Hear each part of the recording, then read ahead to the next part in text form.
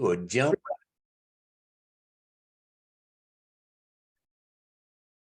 All righty.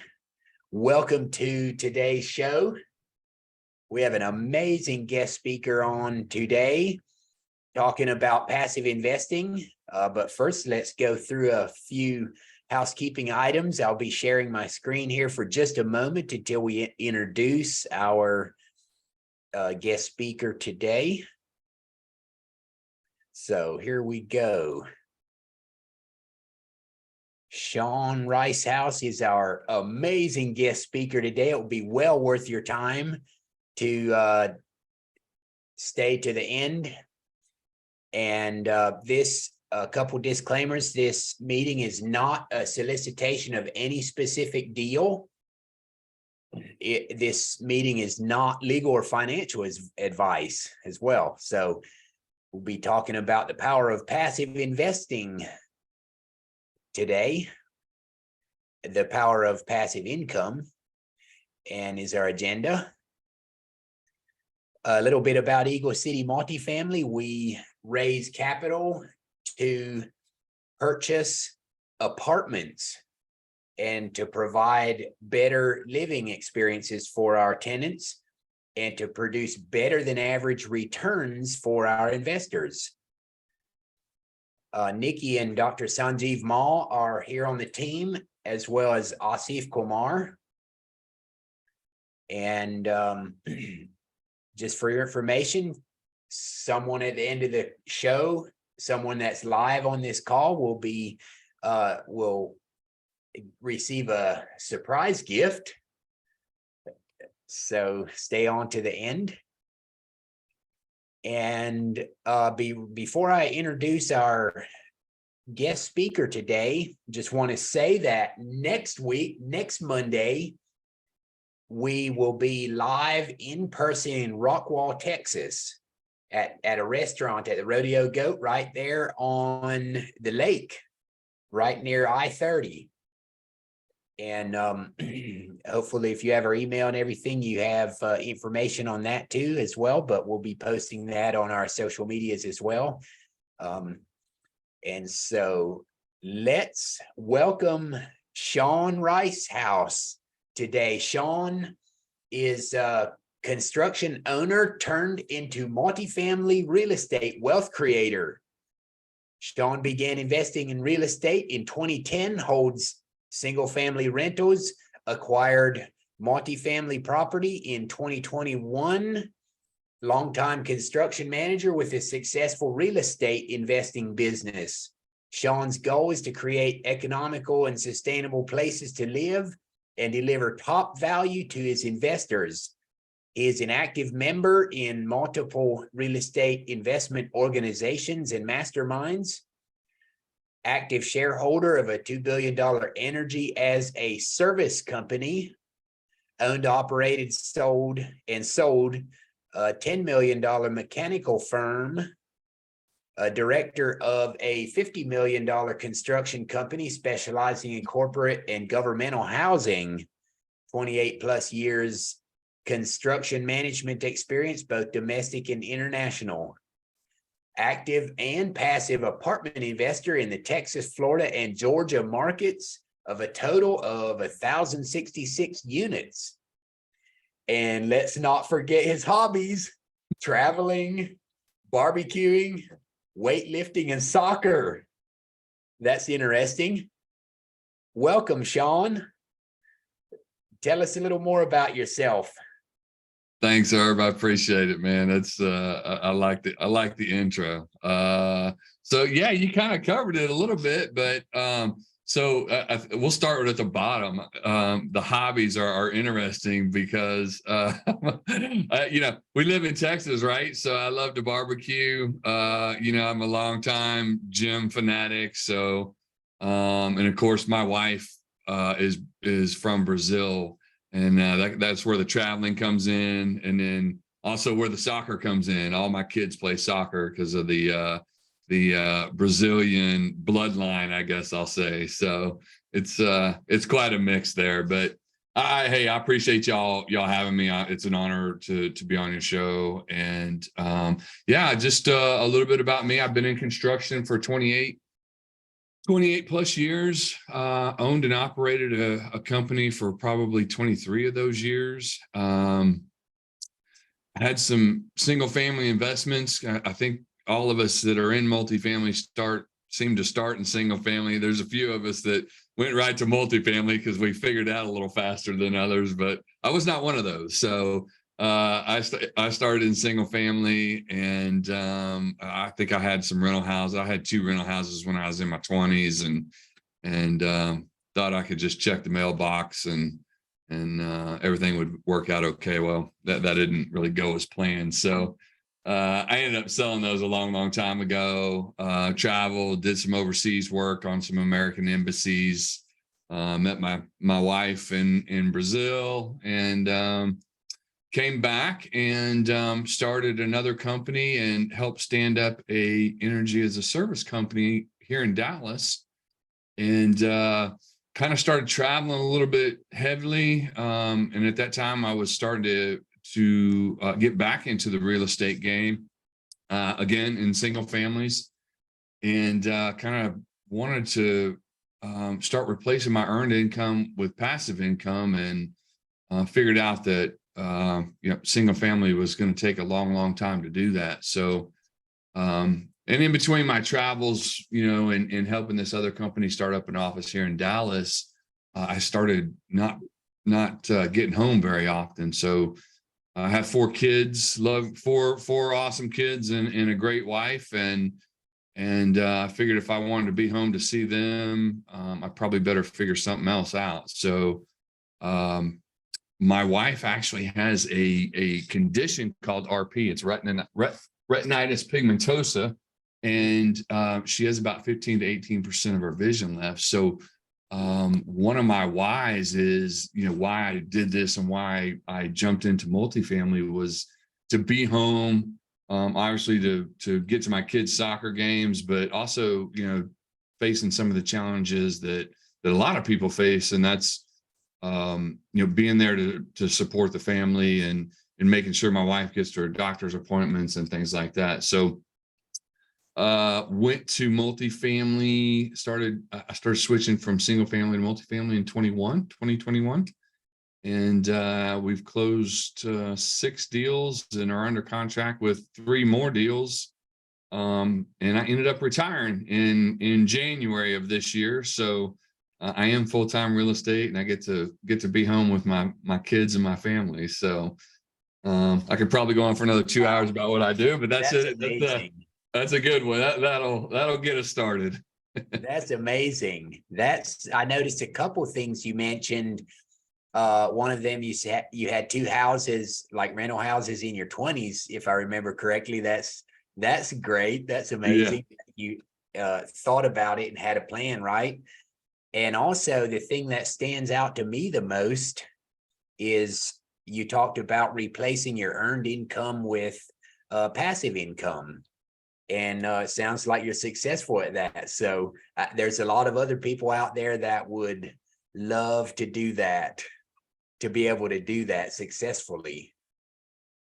Yeah, I mean, it's moving from the single family to the multifamily world it allows you to scale a little bit faster and get some of that earned income replaced with the passive income, and that's the goal. It's not really about money, although multifamily is a generational wealth game, and I think people tend to relatively do well, but it's about buying your time back. It's about being able to spend your time with doing what you want to do and not working that 9 to 5 or be on the road all the time like I was. Yeah, that's something that I think a lot of people would love to have, right? To love to figure out. And just to hear you talk about how you did that and how it works for you, and why you did it, or what stood out to you before you chose this asset class of to and real estate in general, but specifically apartments. What stood out to you before you started? Yeah, I think again, when I got into the single family world, it was, yeah, it's great to make $100 or $200 of, passive income off each house, but then you think about it, you got to go to, you know, 20 closings if you want 20 houses, or you can do one closing with multifamily, for 100, 100 doors basically. But again, I think, quite honestly, Herb, I couldn't. If you asked me 3 years ago about owning an apartment complex, I would have said it's impossible. I mean, who's got the money to do that? Like, who knows? You don't know what you don't know. And I can promise you 3 years ago, I didn't have a clue as to even think about buying apartments. And then, I was talking to a buddy of mine and read, I think I was reading 10X by Grant Cardone. And so I picked up his book. And I was reading through his book. Or no, I was listening to the Audible. And he, was throwing out these words that kind of caught my attention. And Grant's not he'll throw out the language sometimes, and it kind of catches you when you're about to fall asleep or something. But so I was listening to his book, and he had a real estate summit like 2 weeks later. So I was like, man, I got to get to that thing. I got to see what this guy's about. So I ended up going to I think his very first 3-day real estate summit. And man, I was sold. He teaches you to think on, a way bigger scale, to get the limiting beliefs out. And part of that was, there's no way I can buy an apartment complex or have no idea how to do it. And, that's kind of what led me into multifamily, into the apartment world, was going to that real estate summit. And then, obviously you got to take action on anything you do if you want to be successful in life. And, and I was hunting apartments, 2 weeks after that seminar. So. Wow, that's amazing. You're an action taker, I can tell. Oh yeah. Yeah. Yeah. Shawn, tell us, you told us a lot about why you got started with apartments, right? And what stood out to you about this asset class before you started. And could you tell us a little bit like how it compares with other asset classes like stocks and mutual funds and other asset classes? Or do you have experience with that? Well, so I do not. I can tell you that I was in. I think I played with stocks in my early 30s, and I think you just go through some of those trends of, hey, I think I can go make some money, and you see these day traders, doing well and being successful. And look, there's nothing wrong with doing stocks and things like that. I only did it for about a year, lost quite a bit of money.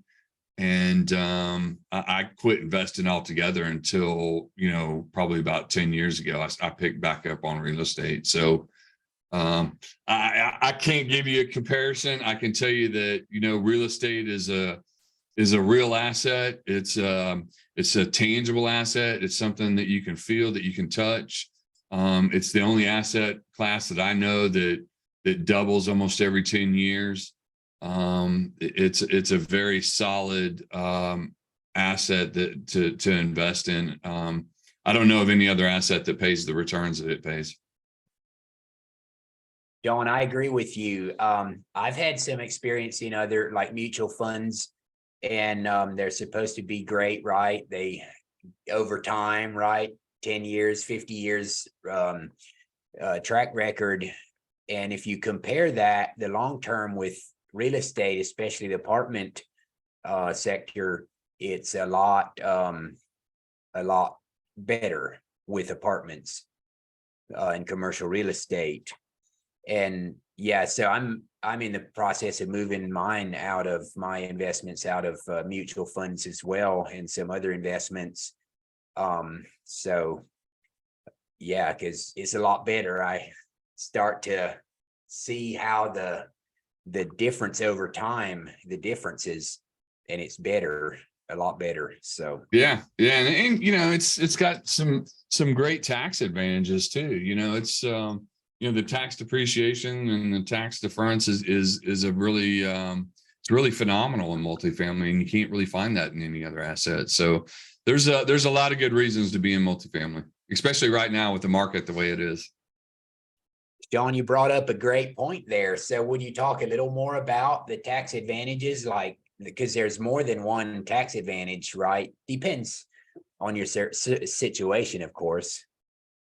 But would Yeah. you mind talking a little Yeah, more? I'm not that is probably not one of my stronger points, but I can tell you that, you know, bonus depreciation and cost segregation come into play when you're doing multifamily. And I think this year you can get up to, you know, 80% deferred taxes. And what that means is you get a negative K1 at the end of the year to hopefully offset any earned income you may have. Your investment and passive income is obviously tax-free, but you know, again, you know, like you said at the beginning, consult your CPA and your attorneys, because I am not one. Right. We have professionals that do that for us too, right? So That's right. Shawn, that's a great point there. Bonus depreciation is one thing. You can look it up, Google it, right? Look it up and see what all that means. And also the cost segregation is what we do as well. At the end of the year, basically engineers come in and go through our apartments, and because some items, for those that don't know, some items in an apartment, for example, the appliances and certain mechanical equipment can be depreciated in a short period of time. So you get an advantage if you do that cost segregation. So that's basically what it is. So you actually paper show a loss, right? Yeah, that's right. I think it's, you know, you're condensing it down to the first year, right, Herb? And, you know, instead of over 12 or 15 years or whatever that, you know, particular, you know, thing is, it all gets condensed on the first year. So yeah, that's a great point.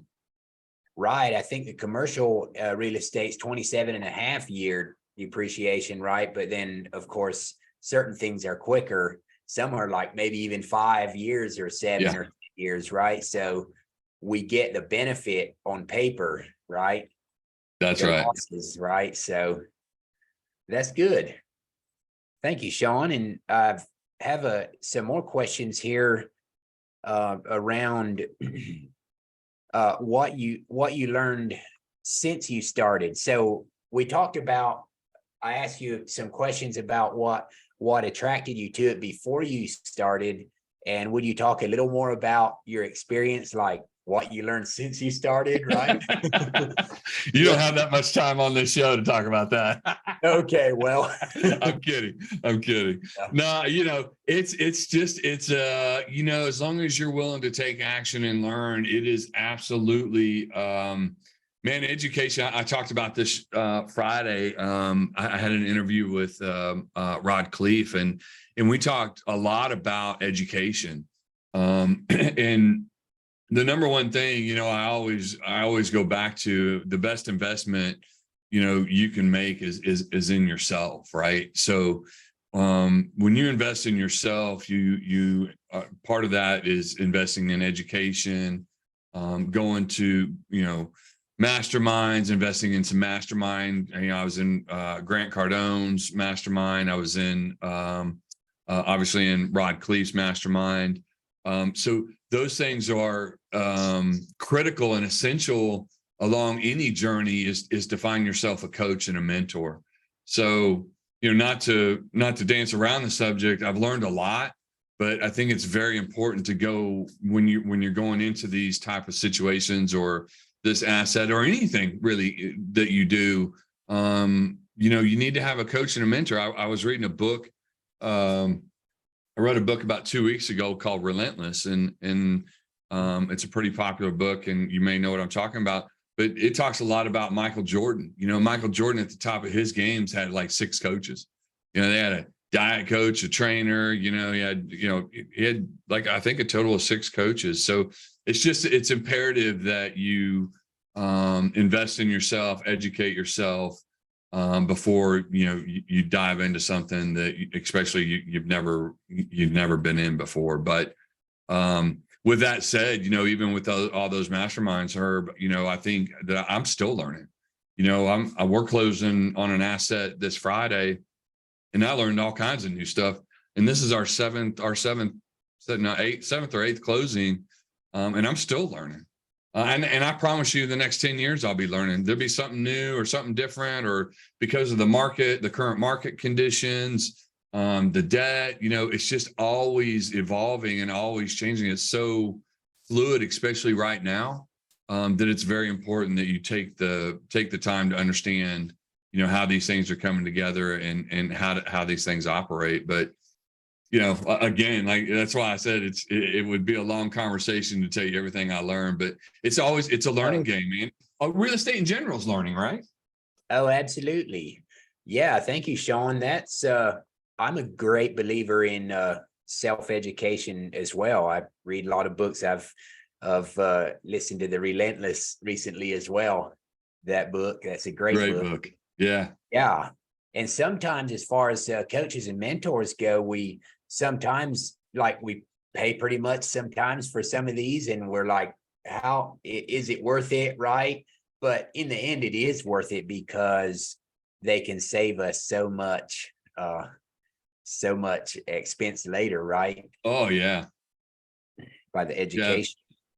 Yeah. And it's a scary thing writing some of those checks, and some of them are fairly good size, but in the end, it's worth it. It's, not only do you get educated, you typically find somewhat of a shortcut because these people have been doing it for, 30, 40 years or whatever. And not to mention, just like you said, it's, it could potentially save you a whole lot of headache in the long run, because you've got other people's money and other investors that take priority before your own. And you got to realize that. So it's imperative. Education is just you got to do it. Yes. Okay. I want to take a little turn here, Shawn, and ask a question. What you would say to someone like new to apartment investing that is thinking about investing in apartments and maybe hesitant to invest? Well, I think that would kind of, I think, I'd probably want to circle back to education, educate yourself, get with somebody that knows get around people that have done it before, understand the returns on the investment, understand the GPs, that are on the team, understand the business plan, understand, the exit plan, the exit, what is the exit strategy? What is the business plan? How much, capital expenditures is going to be? But I think you got to educate yourself before you invest in anything. It's like we were talking earlier, about the stock market. There's no way I couldn't do it. I'd be scared to death to put $1 in the stock market, anymore, but have no problem, taking down multi-million-dollar multifamily assets, but it's because of the education. So I think if you're new and you're trying to get started, get some education, get into a group that can explain it to you. Call me, call Herb. We'll walk you through some underwriting and I just think you gotta know what you're doing before you get involved. But it's definitely, like what we were saying earlier, man, it's one of the best investment vehicles out there right now. I agree with you, Shawn, on that. Yes. And let's open it up for questions.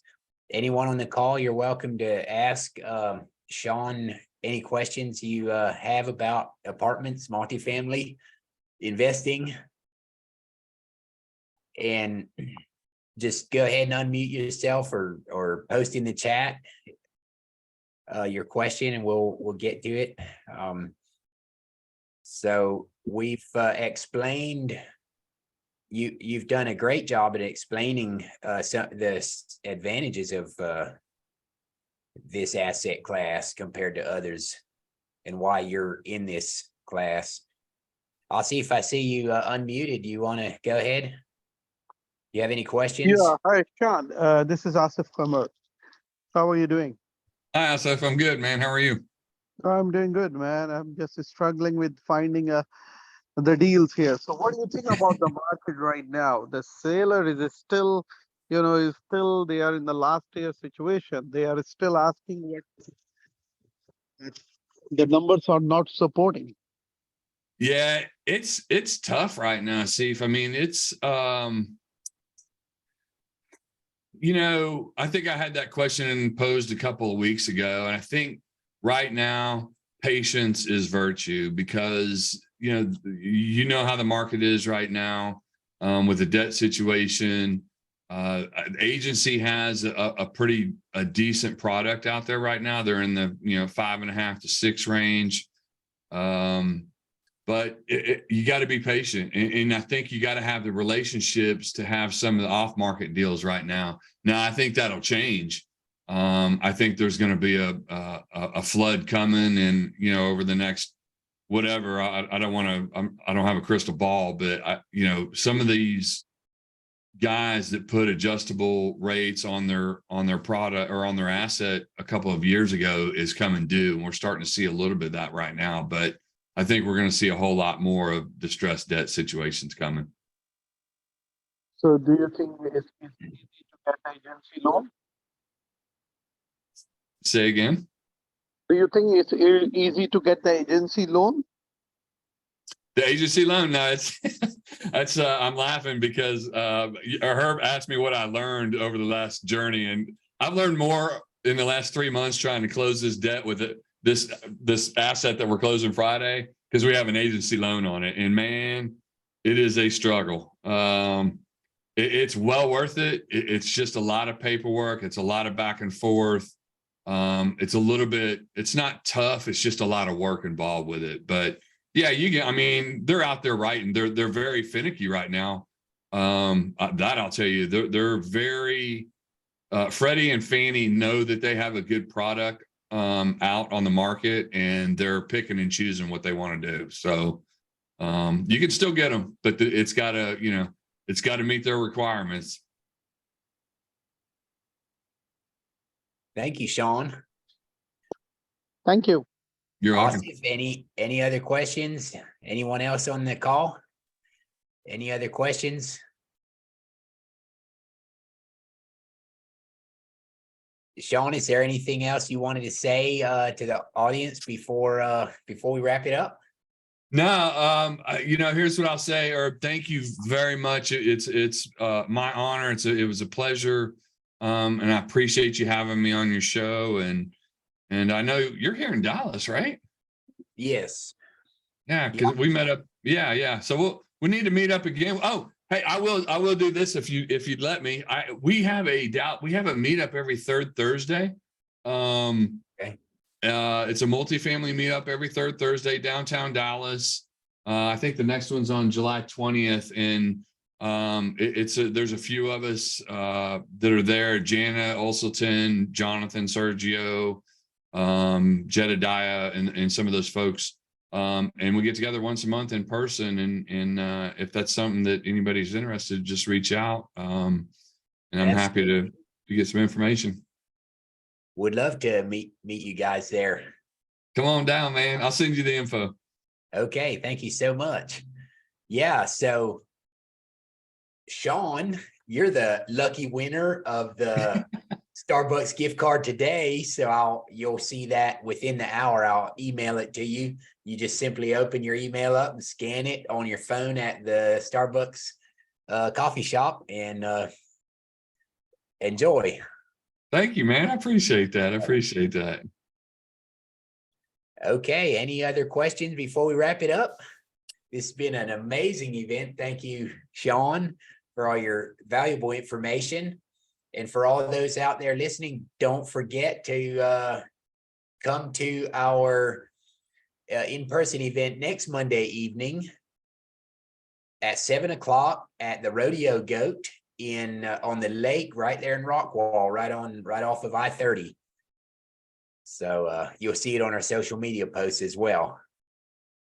So thanks for joining, and we'll see you next week. Beautiful. Thank you, Herb. Thank you, guys. Bye.